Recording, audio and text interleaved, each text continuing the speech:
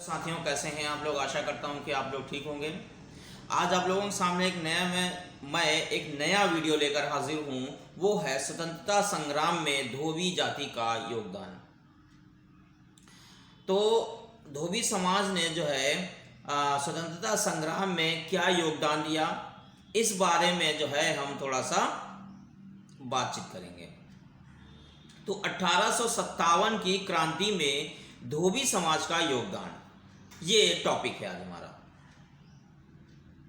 तो 1857 की क्रांति में निम्न वर्ग का विशेष योगदान था, जिसमें धोबी समाज की भूमिका को नकारा नहीं जा सकता।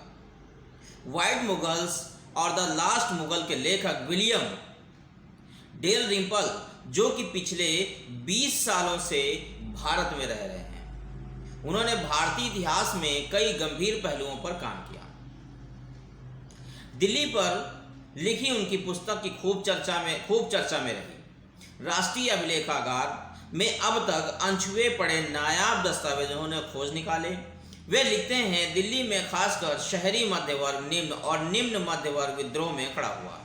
मैं पंजाबी व्यापारियों, टेक्सटाइल और पेपर वर्करों के बारे में नहीं कह सकता, पर मुझे लगता है कि इसमें ज़्यादातर शहरी गरीब और निम्न मध्य वर्ग के लोग शामिल थे। ब्रिटिश लोग निचले वर्गों, निचली जाति के लोगों से ज़्यादा घबराए हुए थे। इस विषय पर विनय ठाकुर जी ने स्पष्ट लिखा है। वे लिखते हैं, दिल्ली में जंगे आज़ादी में बलिदान देने वालों में बड़ी संख्या में आम बेहद मामूली लोग शामिल थे।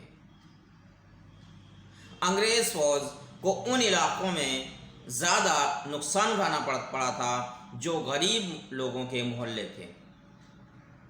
इनमें काफ़ी लोगों को फांसी पर चढ़ाया गया।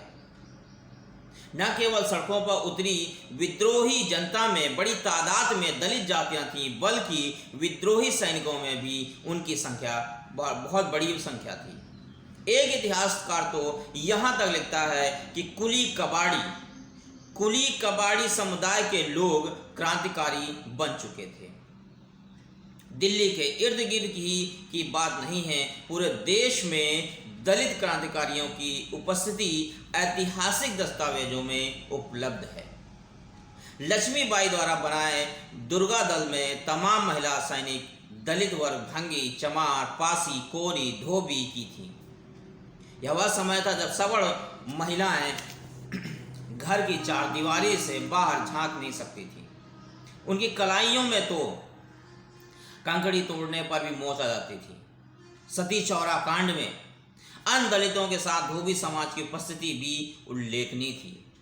आम जनता जो इस विद्रोह में कूदी थी वह दलित थी। विभिन्न तथ्यों से इसकी पुष्टि होती है। एक तथ्य यह भी है कि नवाबगंज, जो इस कांड का केंद्र था, में मल्लाहों, धानुकों, चमार, धोबियों, भंगी आदि जातियों की बड़ी आबादी थी। आज भी ये दलित जातियां इन क्षेत्रों में बहुतायत में हैं, यानी बहुत ज़्यादा मात्रा में हैं। लोक संस्कृति के अध्येता बद्री नारायण के अनुसार इतना ही नहीं, धोबी, कुम्हार, लोहार जैसी पिछली जातियों ने विद्रोह पर अपने गीत तक घड़ लिए। दिल्ली व उसके आसपास के धोबिया गीत गाते थे। बनी बनाई फौज बिगड़ गई, आ गई उल्टी दिल्ली में, शाह जफर का लुटा नसीबा रहने लगा हवेली में। कहने का तात्पर्य है कि दलितों ने गदर की आग भड़काने के लिए सांस्कृतिक माध्यम जैसे रास, सांग, लोकगीत, मजमा, ढोल आदि के माध्यम से गदर का बदला देने के लिए अंग्रेजों ने देश भर में बाकायदा हत्याओं की एक मुहिम शुरू की। यह संसार का शायद एक बड़ा नरसंहार था। इनमें मरने वाली कई करोड़ जनता में अधिकांश दलित थे। ब्रिटिश दस्तावेजों के अनुसार अकेले उत्तर प्रदेश, बिहार, हरियाणा में ही मृतकों की संख्या 1 करोड़ से ज़्यादा बैठती है। दिल्ली में जो करीब 45,000 लाशें अंग्रेजों ने बिछाई थीं, उनमें से अधिकतर दलित पिछड़े लोग क्यों थे, इसे भी तब के कारणों से ही समझा जा सकता है।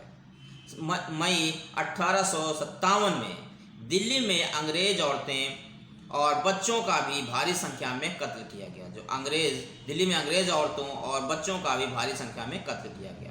तथ्य यह भरकर सामने आया कि यह काम उन घरेलू नौकरों का था जो रोजाना साहबों और मेमों की भद्दी भद्दी गालियां सुनते थे और ठोकरें खाते थे। यह उन गरीबों का काम मान लिया गया जिनसे अंग्रेज बेगार लेते थे। थक हार का सुस्ताने को हरामखोरी कहकर उन पर कोड़े बरसाते थे। इसका बदला लेने के लिए गोरों ने इनकी बस्तियों के बेगुनाह लोगों को बेरहमी से रौंद डाला। यही वजह है कि दिल्ली में मरने वालों में अधिकतर दलित ही थे।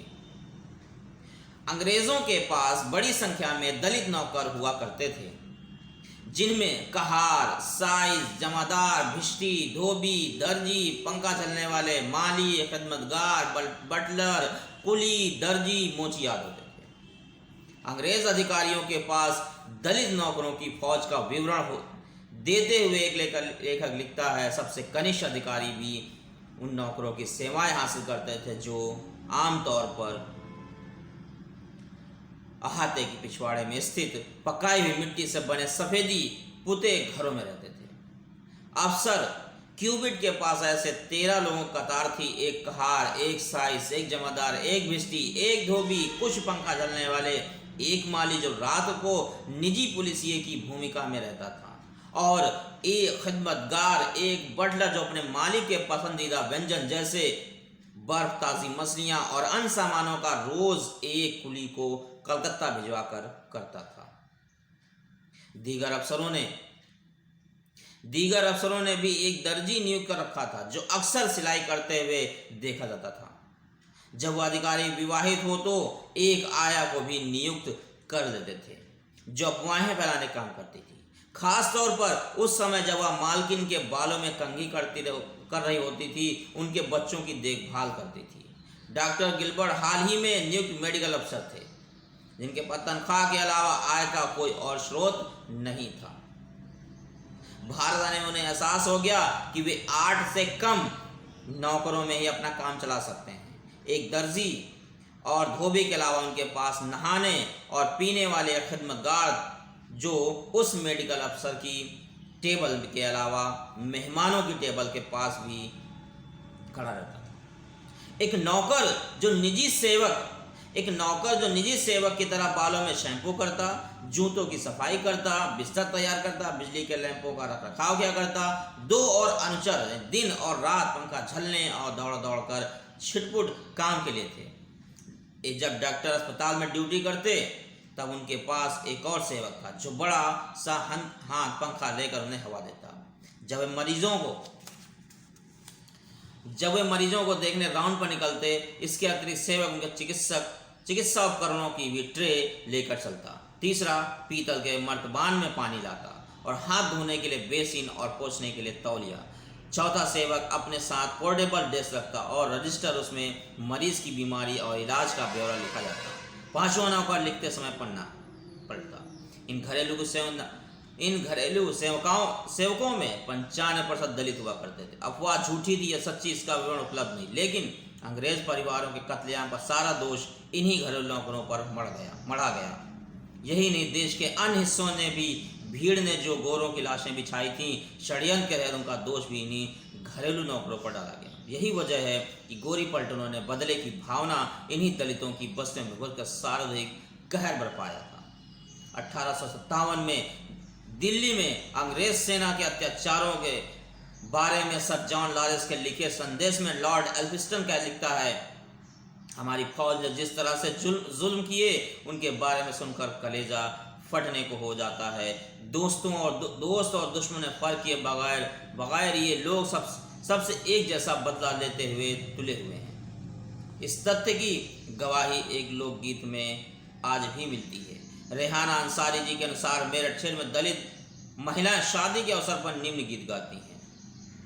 मेरो थरथर माथा कांपेरी, गोरों के डर के मारे, बागों में माली भागेरी, गोरों के डर के मारे, तालों के धोबी भागेरी, गोरों के डर के मारे।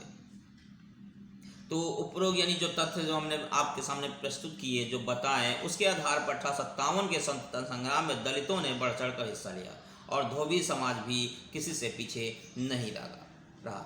अगर आपको ये हमारी वीडियो अच्छी लगे तो इस वीडियो को ज़्यादा से ज़्यादा शेयर करें। और जो ये मैंने इंसिडेंट यानी जो घटना जिस किताब से मैंने लिया है वो किताब है 1857 की क्रांति में दलितों का योगदान, और इसके राइटर हैं सतनाम सिंह। तो आप ये किताब जो है ख़रीद कर सकते हैं और मार्केट में ख़रीद कर पढ़ाई कर सकते हैं और ज़्यादा से ज़्यादा जानकारी हासिल कर सकते हैं। अगर ये आपको वीडियो हमारी अच्छी लगे तो इस वीडियो को ज़्यादा शेयर करें, लाइक करें, और हमारे चैनल पर नए हों तो हमारे चैनल को सब्सक्राइब करें।